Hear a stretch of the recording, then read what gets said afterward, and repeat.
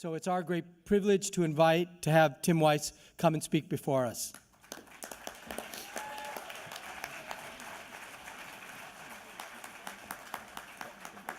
All right. Good. Thank you so much. Thank you.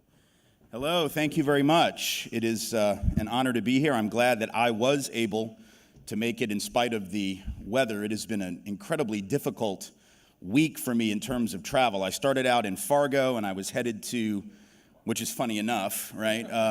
Actually Grand Forks, but then flew out of Fargo to go to Columbia, Missouri, got diverted, ended up in Kansas City. They lost my bags, all of this weather related. Then I was headed here. Last night, everything was delayed coming out of Salt Lake.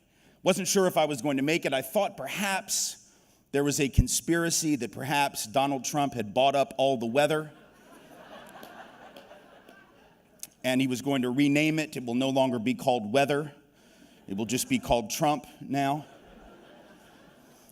But apparently, the fates were on our side, and I was able to make it in last night, and I'm glad to be able to share some thoughts with you. I don't have a lot of time, so I will jump right into it and dispense with all the perfunctory thank yous, but just know that I am indeed thanking everyone who made it possible for me to come.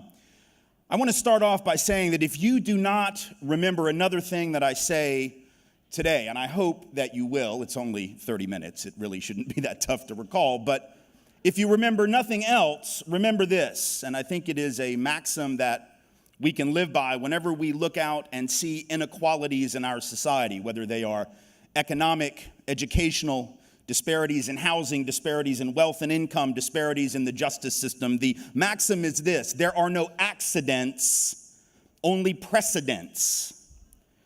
And what I mean by that is that when we see inequities in our society, we sometimes assume that something has gone wrong, that the system is broken down, and we can't figure out what it is that's created them. But remember, there are no accidents, only precedents. That is to say, things that preceded what we can witness with our own eyes today. And if we know what those things are, then we can move forward with intentionality to create real equity. If we are unclear about what those precedents are, we will continue to spin our wheels to no effect. So here you are, educators, folks who work in the field of education so critical to the development of the next generation of leaders in this country. And you know, I hope, and if you don't, you're about to, that the system of which you were a part has a precedent of having been set up not for equality, not for justice, but for inequity on purpose. This is not meant as a conspiracy theory. It is what sociologists call functionalism. That is to say, systems look the way they look because they work for the people who count and have the power. They don't work for others, but the others don't have the power to change them. This is not accident, this is precedent. If you understand that, then you have the option to become not just a teacher, not just a staff member in a school trying to do right by children. You have the option to become a revolutionary, upending that system. But you got to understand where that system came from. So let's take it back a ways. Let's look at the evidence to suggest that these inequities are deliberate that you face. The attack on teachers, the deprofessionalization of education, the attempt to privatize it and to move away from public education as an institution. It all has a long history. It was never intended, schooling in this country, to bring about equity. We know that. Thomas Jefferson told us as much. See, here's a man who, for whatever reason, is still revered as an educational philosophy icon. He founded the University of Virginia, for goodness sake. Don't you know he loved him some learning? And yet, what Thomas Jefferson said, his own words, were that we ought to have 3 years of compulsory schooling so that we can, his words, not mine, rake a few geniuses from the rubbish. In other words, the purpose of schooling was not to be the great equalizer, which is what we like to call it today for reasons I cannot fathom, because it doesn't do that and it never has done that. But Thomas Jefferson was telling us over 200 years ago that that was not its purpose. The purpose of schooling was to rake a few geniuses from the rubbish, the implicit assumption being most people are rubbish and they will work for the elite.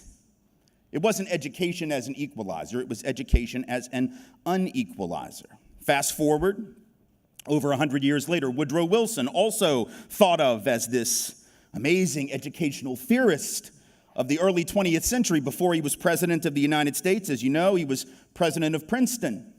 And during that time, as he was fashioning his educational philosophies and spreading them to others in the profession, he said that what we really needed was one group of individuals to prepare themselves for the receipt of a liberal education, that being the term that they used to use for college, and another group, much larger, he said, by necessity in every society, that would forego the privilege of a liberal or college education and prepare themselves for the performance of certain difficult manual tasks. In other words, updating Jefferson, but not by much. The goal of education, not equity, not equality, but inequity and inequality on purpose. Some getting education, some not. The ones who don't will work for those who do. Again, not an accident, a precedent. Fast forward to the late 90s, and I'm sitting around on a Sunday afternoon watching one of the talk shows. And who happens to be a guest that day but William Bennett, who you will recall was both the director of the Department of Education and the drug czar, both of which jobs he did so splendidly. Right? And he's being interviewed, and they asked him, what's the biggest problem in education today? And he had a lot of things from which he could have chosen. Yes, I mean, he could have chosen underfunding. He could have chosen runaway cost of college education, a lack of adequate preparation for teachers because they don't get the support they need to be able to do their job. He could have talked about academic tracking, the overuse of standardized tests on unstandardized students. He could have talked about any of those things, but he talked about none of them. When they asked him, what's the biggest problem in education today? He looked right in the camera and without irony or any sense of misgiving, updating the words of Thomas Jefferson, updating the words of Woodrow Wilson, said the following. He said, the biggest problem with education today is that too many people are going to college. And I was waiting, because you know how sometimes when you speak, your voice catches and you've got something else, but you sort of choke on the words. And it's like the verbal equivalent of an internal ellipsis when you write it out. It's like a dot, dot, dot. I thought maybe there was a dot, dot, dot coming. Like maybe he was going to say, too many people are going to college, who can't afford to go. Like that would have been fine. But he had nothing else. That was it. There was no comma at the end of the phrase. It was a period. And I thought, well, my goodness, what does he mean? And then I started to think about it. And what he meant was the same thing Woodrow Wilson meant, the same thing Thomas Jefferson meant. That certain people ought not prepare themselves for college, but for the performance of certain difficult manual tasks that the rest of us apparently are too good to do. It was the logic of the slaveholder. The logic that says if they all learn to read, who's going to pick this cotton? And in an updated sense, if they all learn to read, who's going to pick that produce? If they all learn to read, if they all go to college, who's going to clean the hotel rooms where I slept tonight and all of this week? Who's going to empty the bedpans in the hospitals? Because we have decided that that work is to be done by those who we deem less important and pay them accordingly, as opposed to the pharmaceutical sales rep who lives 3 doors down from me, or the derivatives traders on Wall Street, who if they don't show up to work for a month, you know what, life will go on. But if the guys that pick up my garbage don't show up for 3 weeks, we have epidemics on our block. And if the teachers and the educators of this country don't show up for 3 months, the whole society falls apart. But we understand that we've created a system that is not about education for liberation. It is about education for job training, and only within an economic order that prioritizes the needs of the haves over the have-nots. So we have a choice to make.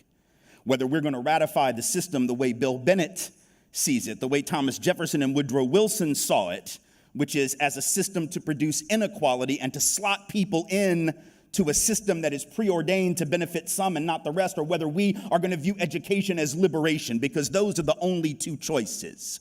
One will either liberate young people in an educational system that is turned upside down and changed for the benefit of all, educators and the educated, or we will continue to perpetuate this inequality that was created very much on purpose. And we can see it all over the country. I grew up in Nashville, Tennessee, and the high school that I attended in the last 20 to 25 years or so has transformed into what they now like to call a career academy. Now, what is this career academy exactly? It is a career academy. It is actually referred to as a healthcare industry career academy. Now, there is nothing wrong, by the way, with preparing folks for good and decent jobs with which they can support a family. But notice They're not trying to prepare people to be doctors and nurses. They're trying to prepare people to work in a privatized healthcare industry that puts profit above the health of this country's people. They are preparing them for the perpetuation of a system that isn't about justice. That's education as job training, not education as liberation. That's not education that is engaged in the development of critical thinking citizens of the world. It is about meeting the needs of the Hospital Corporation of America, whose headquarters are about 3 miles away from that high school. And they need pencil pushers, and they need insurance adjusters, and they need price adjusters, and they need people with MBAs to try to figure out how to cut healthcare costs. So that's what they want to educate these young people for. And the teachers who are caught up in that system have so little power to fight back against it, as you well know, that you end up becoming part of a machine that you don't control, let alone own. And those young people certainly don't control it. So we have made a choice in this society, at least some have, those at the top, the elite, have made a choice, just as they've chosen to create an economy where almost all the jobs or all the income increase in the last 9 or 10 years has gone to the top 1%, the vast majority of it to the top 1/10 of 1%. The bottom 90% have seen their wages drop, new jobs paying 23% less on average than the jobs that were lost during the recession. So when we say we are preparing people for career-ready education, we are talking about careers in an economy that is rooted in inequity and injustice. We can do better than that, and we must do better than that, and we must reclaim the purpose of education as liberation, as a revolutionary act.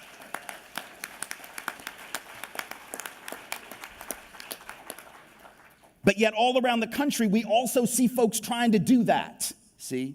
There are signs on the horizon that there are folks who are woken to this. They realize what the real situation is and what it entails. You got these young people and their teachers and their staff members who have been fighting for La Raza Studies out in Tucson, this amazing Mexican-American studies program that the state of Arizona shut down because they said it was teaching hatred, to talk to Chicano and Chicana children about the history of their region, as if A, they didn't know that their land got taken, and as if B, knowing the truth would somehow turn them against America, turn them against white folks. It would sow racial division. See how that works? The history of land theft isn't what created division. The history of racism isn't what created the division. Talking about the history of racism is what created the division. That's like blaming your speedometer for the speeding ticket that you just got this morning.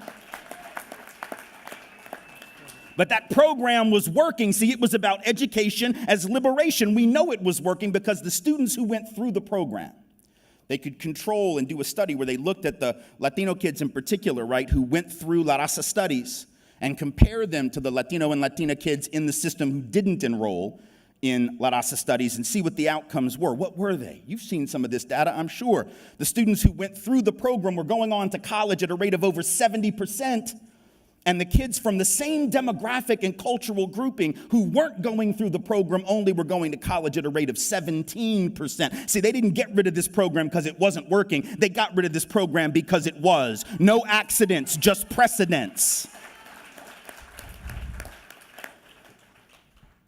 But at least we know that work is being done and that fight continues. It continues all over the country. It continues in places like Seattle where brave teachers are standing up and saying, just as they did a couple of years ago, we're not going to teach these absurd tests to these children. We're not going to subject them to this ridiculous standardization regime, and you can punish us if you want, but now you can't fire us all.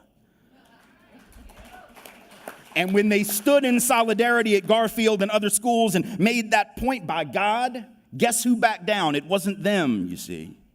That tells you what solidaristic action can get us. Those who are committed to education as liberation can make that difference.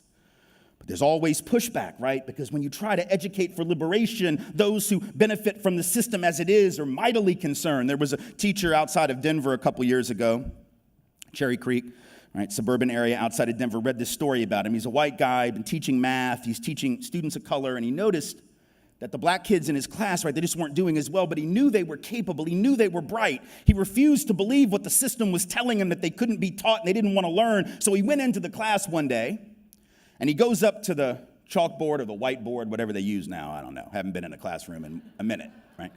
Went up to the board, starts writing all these numbers on the board, right? And he doesn't say anything to the kids, and now they're getting restless, right? The students are sitting there thinking, oh, is this going to be on the test? What is this, right? right? Which is what every 15-year-old, 13-year-old wants to know. And it's all these numbers, stuff they've never seen before, tables, data, charts, graphs, right? It takes him like 10, 15 minutes to finish writing it. And when he's over, he turns around. They say, "What is that?" He points to the board and he says, "This right here is evidence that someone is trying to kill you." And the kids went, "Wait, what? What do you mean somebody's trying to kill us?" And he goes over and starts explaining what the numbers mean. He says, "This right here is the data on wealth disparity in the greater Denver area. This right here are the incarceration rate differences between white folks and folks of color. This right here are the income gaps, the unemployment gaps, the data on racial profiling and police stops."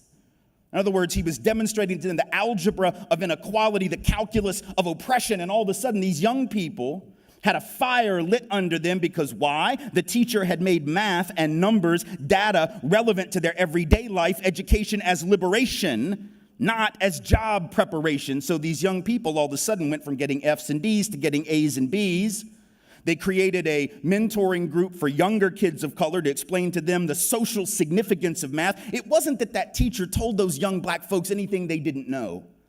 They already knew. They'd been the victims of that racial profiling. Their families had been the victims of the housing inequity, but they had never had a person in a position of authority, least of all the white man in a position of authority, look them dead in the eye and tell them, "That thing you think is happening, yeah, that's happening, partner. You're not hallucinating. So now what are we going to do about it?" See, when you ratify the truth of young people, when you ratify the truth that they and their families know, and you make the learning relevant to their everyday routine, they will amaze you with what they can do. But this system doesn't want us to do that, which is why that teacher then had to go in front of the school board and explain himself. And they told him, you can't tell the children that somebody's trying to kill them.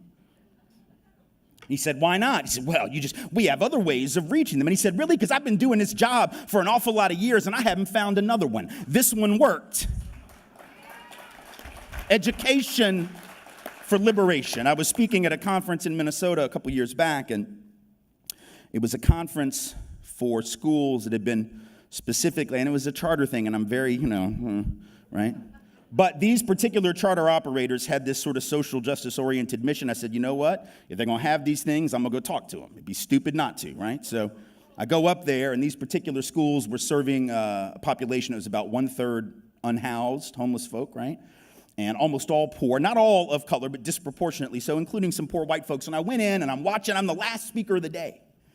And I'm watching the other speakers that they brought in, and these other speakers are sort of giving the old, pull your pants up, get your shit together routine, right? Basically lecturing the kids like us old folks sometimes are wont to do, right? "Stop listening to that music, It's like the old man in Dennis the Menace, whatever his name was, like, "Get off my lawn," whatever, right?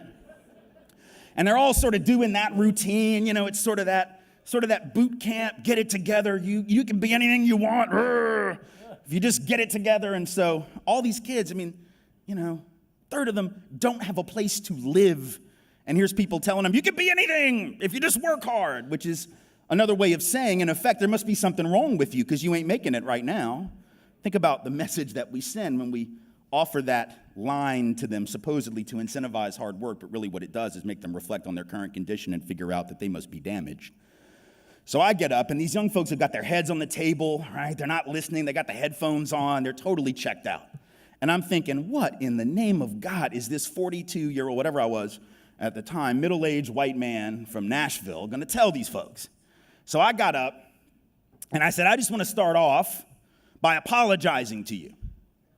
On behalf of this country, they have not authorized me to apologize, but I'm going to do it.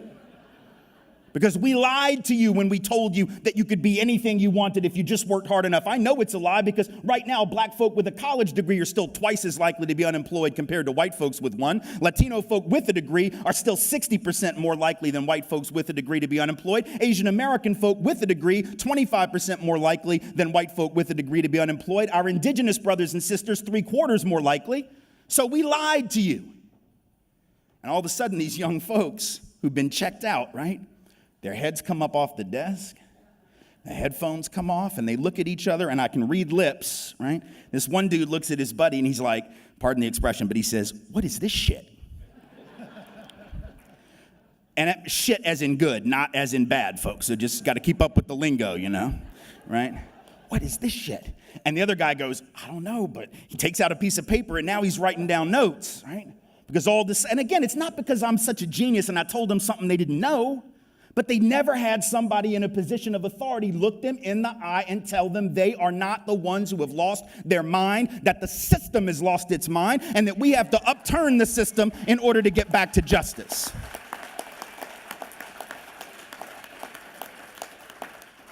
Education as liberation. That's the choice that we have before us. We have to view our jobs as educators, whether it's in the classroom, whether it's counselors at a school, whether it's various types of administrators and classified staff, whether it's people like me who just travel around and speak to young people. We're all educators in one way or the other, or even in our own homes, with our own children. You see, we have to explain to them how we got to this place. Because, the one thing that we're all raised with in this society, and it's the most dangerous thing, is that ideology I just mentioned, that notion of meritocracy, rugged individualism, right? Because if you're raised to believe that wherever you end up is all about your own effort, and then you look around and you see the inequities that exist, it almost becomes rational, doesn't it? To default to the position that says, well, there must be something wrong with those brown and black children. And there must be something wrong with those poor children, regardless of race. And there must be something wrong with women relative to men because they occupy the bottom of the ladder economically as well, disproportionately. In other words, racism and classism and sexism end up being almost rational in a society where you're taught to believe that wherever you end up is all about you, right? So if we don't explain the complexity of that ideology, if we don't interrogate it, because we know it's not real, we've all had help. Some of that help was color-coded, some of that was class-based, some of that was gender-based, some of that was about being straight or cisgendered, some of that was just about luck. There are no rugged individuals, and we'll destroy this society if we continue to teach that there are. There's no such thing, first of all, as an individual in the history of the human species. Individuals don't live in isolation. We've always been social beings, communal beings. If you ever meet someone who's a rugged individual, you need to run like hell from that thing. Because they will be dangerous. They'll be feral, like a wild animal. Be like somebody raised on an island by a porpoise. They will not have language. They will probably try and eat you because no one would have taught them of the taboo of such a thing. See, there are no individuals. We've all had help. We've all had luck, right? We've all had people that have come into our lives as mentors or as teachers and made us the people who we are today. But unless we carry that story forward, these young people who we educate grow up thinking there's something wrong with them, right? Thinking that the reason that they're struggling is there's something wrong with them or wrong with their families. And then sometimes, even when we mean well as educators, I know there's a lot of rhetoric within the schooling world that people will say things like, you gotta stay in school so that you can get out of your neighborhood, of your community, right? So you can get out. Think about the message we send when we say that. What are we saying when we say the purpose of education is so you can get out? We're saying everything you come from is wrong.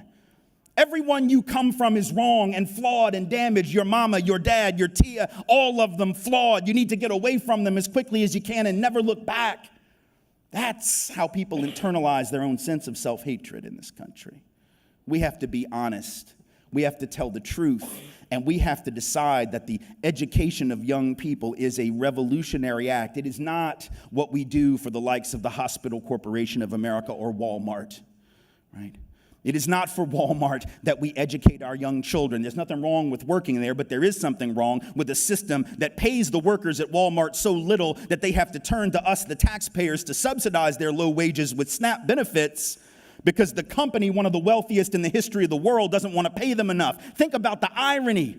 This incredibly wealthy company whose 6 principal heirs have the same amount of net worth as the bottom 40% of the American population. Let me repeat, 6 people with the same net worth as the bottom 127 million Americans, paying their workers so little that they have to turn to us as taxpayers to give them food stamps to supplement their incomes, which are already so low. And then where do those workers redeem their food stamps, pray tell? At Walmart, $13.5 billion a year worth of SNAP redemption. That's our problem, is an educational and an economic system predicated on inequity.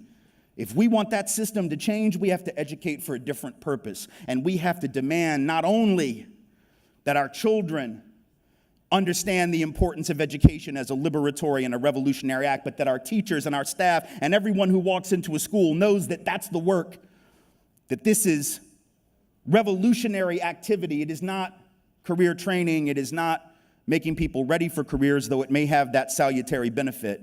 It is about teaching folks how to think and how to change the society in front of them. Because if we do not do that, we end up on this path that we see ourselves on now in terms of not only education, but economics and everything else. Sometimes I ask folks, if you wanted to create a system that was racist institutionally, but you couldn't let on that that's what you were doing, if you had to create policies and practices and procedures that would have the effect of generating racial injustice, but you had to be slick about it because it's not legal, so you got to be careful. You can't get caught. What would you do? What policies would you create?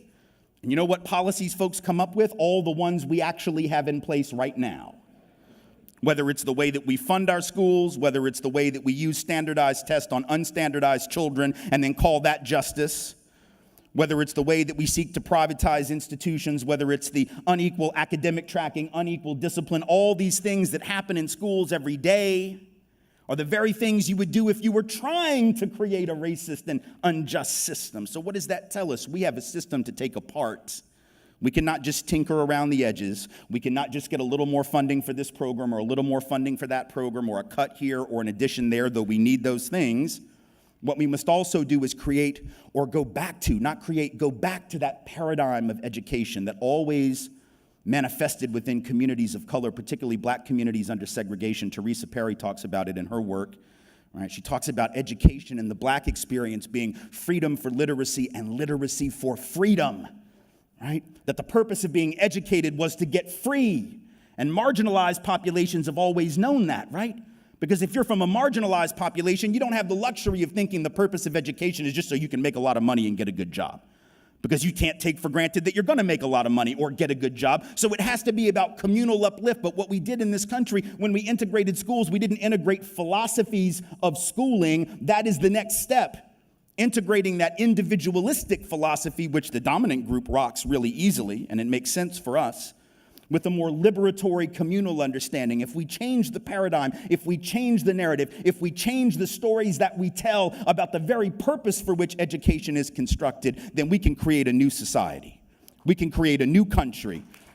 And we can generate the kind of leadership that we will need in the classroom and out of the classroom throughout the 21st century. Thank you all so very much for being here. I appreciate your time and attention. Thank you.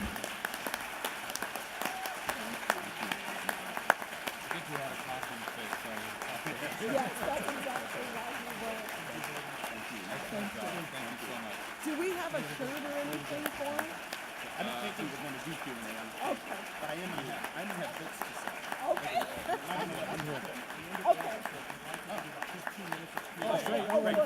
Great. Yeah. So I've been told that I finished early, which I've never done in history. So I'm told that we can do some questions, and I'm glad to do that if there are some. I also want to announce, and this is, I don't want to do this, but I have to do this. Let me do it. You do it. It's going to seem less tacky if you do it. You do it. Yeah, go ahead. So, Tim, you've got books to sell? I do. Fascinating. Amazing. And my understanding is that they're outside. They are. Okay. And once we're done here, I will totally take your money and sell you one. All right, perfect. So there's going to be a crush of people wanting to buy your books. And let's take questions. Great. Thank you. So I'm having a hard time seeing because the lights are like right in my eyes, but you're at the mic, right? Excellent, excellent. We'll start there, and then if anybody, we'll start here, and then we'll come back there. Yes, go ahead. Hi, wow, thank you so much. It was a very impressive speech. Thank you. So, Galina Gerasimova, AFT 2121, City College of San Francisco.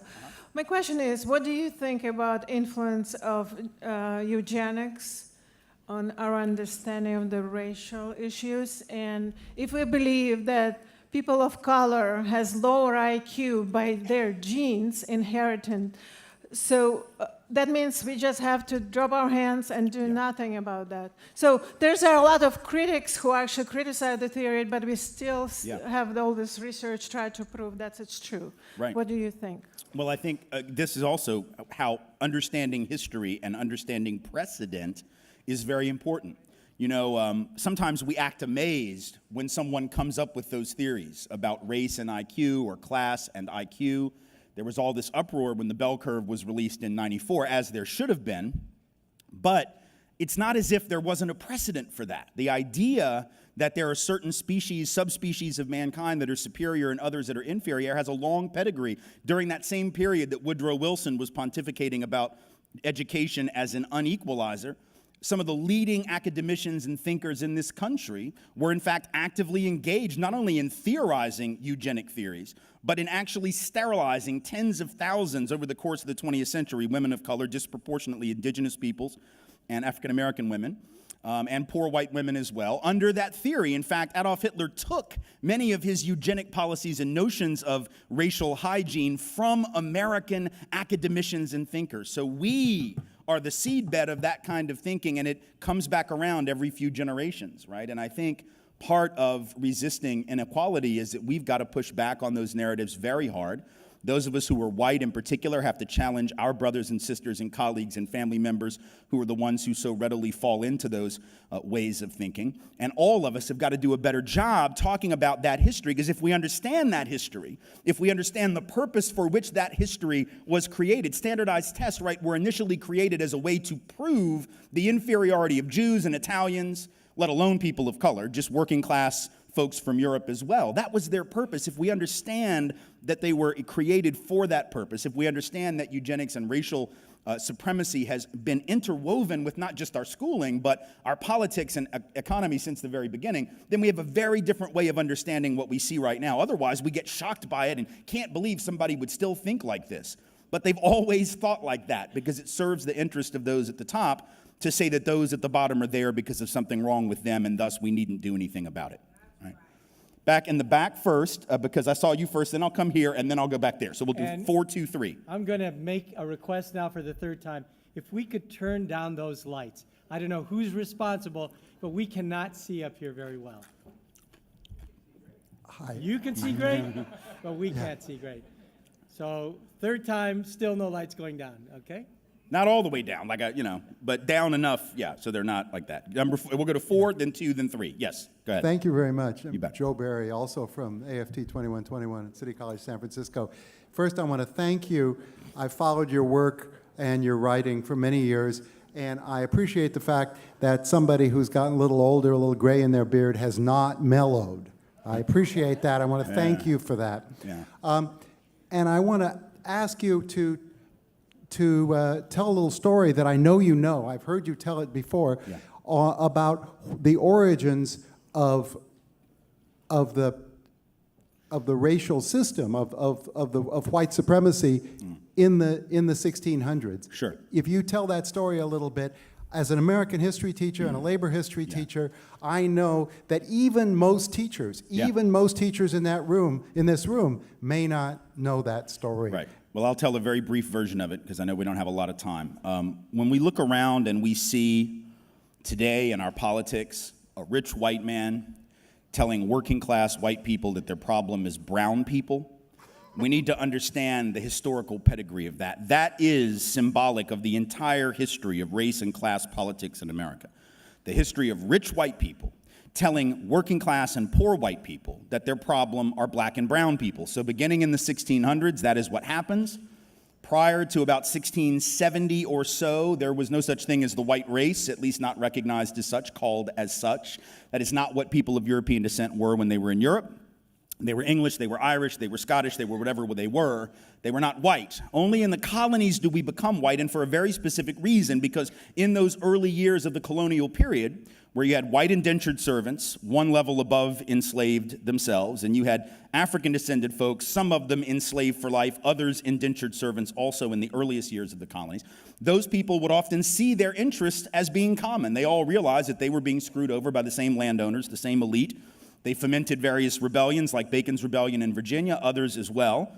And as a result, the elite in the colonies realized that they had to figure out a way to get the other folks from Europe on their team. So they created this mentality that said, you're now a member of the white race, you're on our team, you're wearing our uniform. Now you're at the end of the bench, you may not get in the game, but you're on our team, you see. So then they start putting white folks, now called, on the slave patrols, right? Didn't really give them any land or any real power except the power to control people of color, which is why folks of color say, and they are right, that modern policing traces to the system of slave patrols and slavery, and we have to be clear on that because that's the history. right? So whiteness was created to divide and conquer, to create the notion that even though you might not have much, at least you're not black, at least you're not indigenous, at least you're not Mexican, at least you're not Chinese working on the railroads to build the transcontinental economy. You may not have much, but at least you have, as W.E.B. Du Bois said, the psychological wage of whiteness. And it's a trick that was played during the Civil War era on my people in the South, right? Rich folk, landowners in the South telling poor white folks who didn't own anything that they got to go out and fight to preserve the rich man's property in human beings. Fascinating. Why would you do that? Why would I go fight for your property? Well, because you told me that if I don't, these slaves are going to take my job. No, fool, they got your job. That's the point. If you got to charge $1 a day and you can make them work for free because you own them, guess who got the gig, Jack? Not you. So in fact, the system of enslavement was in the long run against the class interest of working class white folks, but they got suckered. Same thing happened in the union movement. You had white labor union folks who didn't want black and brown bodies in their union because it would reduce the professionalism of the craft. No, fool, it'll double the size of your union. And then when you go out on strike, they can't replace your happy ass with the brown folk that you didn't want next to you in the first place. Because when they do replace you with them, then you will blame them, not the elite. See how that works? It's a trick. And it has worked for hundreds of years. It is working on some folk right now. And it is our job to resist that with every fiber of our being. Number 2, right here.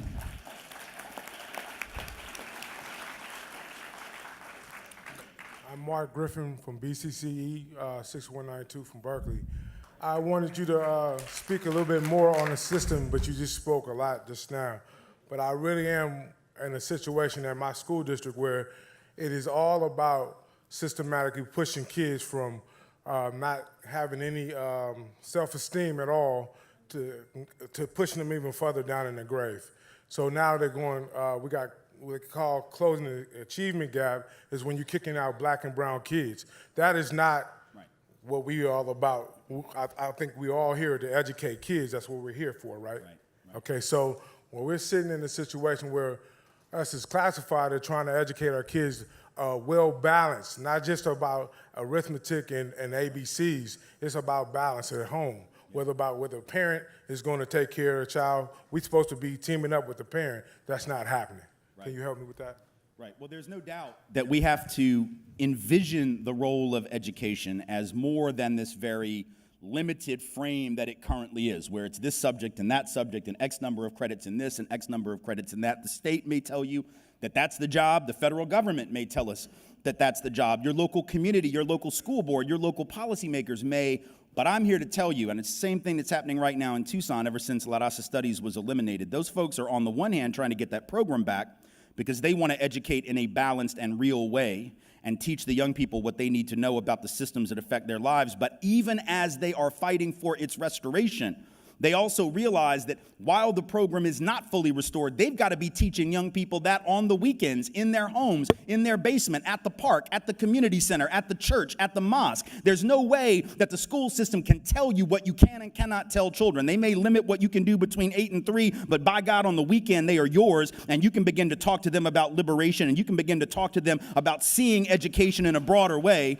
And that's what we're going to have to start doing as parents, as educators, and as concerned citizens. And so I suggest to you, it's frustrating. It's frustrating to continue to feel as though you're beating your head against a wall and you're not getting the kind of support that you need from those who make the laws and control the budgets to do all of the work that you need to do. But I'm here to tell you, some of that narrative that we share with young people, it doesn't take that much time and it doesn't take that much money. When that teacher in Cherry Creek did what he did with those young students in his math class, that was just one day, and he lit a fire under them because he made school relevant to them. I have a friend who started teaching several years ago, and I grew up with her, and we're both from Nashville, and she writes to me on Facebook. She's like 40 years old at that point. She's just getting ready to start teaching. She had just gotten her teacher certification from Hunter in New York City, and she was getting ready to be turned loose on the New York City public school system, right? So she writes me up. She says, "What do I need to know?" I was like, well, where are you going to be teaching? Now, before I tell you the answer she gave me, let me explain. This is a blonde, blue-eyed, former cheerleader. And this is not meant pejoratively. I'm just telling you this so that you understand when I tell you where they're sending her, it ain't that. So I say, "Where are they sending you?" And she says, "The South Bronx." And I said, "What neighborhood?" And she said, "Mott Haven." Okay, well, Mott Haven is the second poorest community in this country behind Pine Ridge Reservation. Median income of households the year that my friend was going to start teaching, $7,500 per year per household in income. And here's this nice white lady getting ready to roll up in Mott Haven to teach 8th grade. You know, this is worse than Michelle Pfeiffer in Dangerous Minds. Like, this is way worse, right? So she said, what do I need to know? I said, well, here's what you need to know. First of all, 8th grade is like the worst time to be alive on the planet. By the way, anyone in here that teaches 7th and 8th grade, God bless, because that's the hardest damn thing in the world. Right? So I said, here's what you got to do. You can't just go in and teach what's in that curriculum. You've got to go, because 8th grade's a hard time to be alive. They're going to try to eat you alive, not because they're bad kids, but that's what 8th graders do. Right? So you're going to walk in, they're going to have your number from the get. You're going to walk in there, they're going to look at you, and they're going to figure out how to make your life miserable. The only thing you can do is take the power back by going in, looking at them. I would put my name on the board, turn around, face the class, and go, I know this is some shit, right? And she said, what do you mean? I said, literally, just like you have to be self-deprecating. You got to make fun of yourself or they will do it for you. Because if you can signal to them that you know, I said, here's what you ought to do. Ask those kids the first day of school. Ask them, what do you think it says about the New York public school system that they wanted to send me, a thoroughly new teacher who's never been in a classroom even one day, into this neighborhood to teach you? What do you think that says about how they view you? And what do you think that says about how they view me? Because those children know the answer. Those children know that if the system really cared about them, they'd have sent the most experienced teacher into that school and paid them commensurate with their skill level. And they also know that if they cared about her, they wouldn't send her in there, because, see, that's the thing. The system doesn't care if she quits or if they learn. And I guarantee you, Kristen, this is what I told my friend, if you go in there and do that for 2 days, they will love you, and you will have a bond with them that will last all year long, because they will know that you are an ally in solidarity with them. That's the kind of stuff we can do. That doesn't take money, and it doesn't take much time. It takes a different mindset, and we can do that. Last question, number 3, and then I'm being told we got to go. Sorry about that. Yes. Hi, I'm Sharon from BFT Local 1078. I'm actually a middle school teacher, and I love middle school students. They're awesome. Excellent. But every year we go through the same stressors. At the beginning of the year, our kids are just motivated and dynamic, and we do a great job with them. And then May comes along, and testing. I want to know what you feel, how we're going to stop the machine that's running our schools with Pearson, and what we should do as a district and as a state to stop that money machine from happening. Is opt out the option? Thank you. Yeah. Well, I think it is, and I think we have to be bold and brave enough when we feel that we have the power to do so, or we feel empowered enough or brave enough to do so, to resist that testing regime, very much like what happened in Seattle. It's happened a few other places around the country. I know it's risky and I know it's frightening, but if folks stand together in that, if it's just 1 or 2 teachers doing it, then that's not going to work. But if it's 20 in a building, if it's 15 in a building, if it's everyone, if it's half the teachers in a building or a third of the teachers in a system, then I think the dynamic begins to change. So I think we need to learn from that struggle in Seattle. We also have to do a better job, I think, as long as this testing regime is in place. And it's going to take a lot of political work to try to undo that. And you can't do all of that in your own buildings, and you can't do that all in your own local systems. You can't even do all that at the state level. That's got to be a combined effort, local, state, and federal. But I think in the meantime, one of the things that we can do with our young folks is we may have to give them the test, but we don't have to lead them to believe that that test means anything, right? One of the things that I've seen with young people is that when you tell young people, when you ratify that this test is, pardon the expression, bullshit, right? The students know it. They know it's ridiculous, but they're being told that it means something. I think part of our job is to de-stress testing by talking to them about the real inadequacy of these things as measures of human worth. Because if they know that we know that, if they know that there are people who are asked to give these tests who think that they are as ridiculous as they, the students, do, a couple things happen. We know this from the research, right? When young people are more relaxed taking any kind of test, let alone a high-stakes test, they tend to do better. Right? Many years ago when the Princeton Review started doing SAT prep, I remember, they had an actual slogan. They used to put it on bus stops and on the sides of buses and in newspaper ads, and the expression was, the SAT is bullshit. And the whole thing that the Princeton Review did, and still does, right, is their attitude is, we're not just going to drill you on how to do well on the SAT and teach you a bunch of words and math concepts. I mean, there'll be some of that, but mainly what we're teaching you is the game, right? That this is all a game constructed by somebody else, probably someone who's never been a teacher, someone who's never been a professional educator, someone who doesn't know anything about real learning. So we're going to teach you how to game the game. We're going to teach you how to play the game better than the people who write the game. And all of a sudden, the students started doing better coming through that system than through traditional test prep, because it was a system that was saying, this isn't real, this is all nonsense. And if we look at it that way, we can undo it, we can unravel its logic. So even though we're trying to get this testing regime nationally overturned and changed, in the meantime, we need to be making sure that our young people know that this is not a measure of who they are. It's not a measure of what kind of student they are. It's not a measure of what kind of human being they are. And it's not a measure of what they can do to change this system themselves with our help. Thank you all so much for being here. I appreciate it.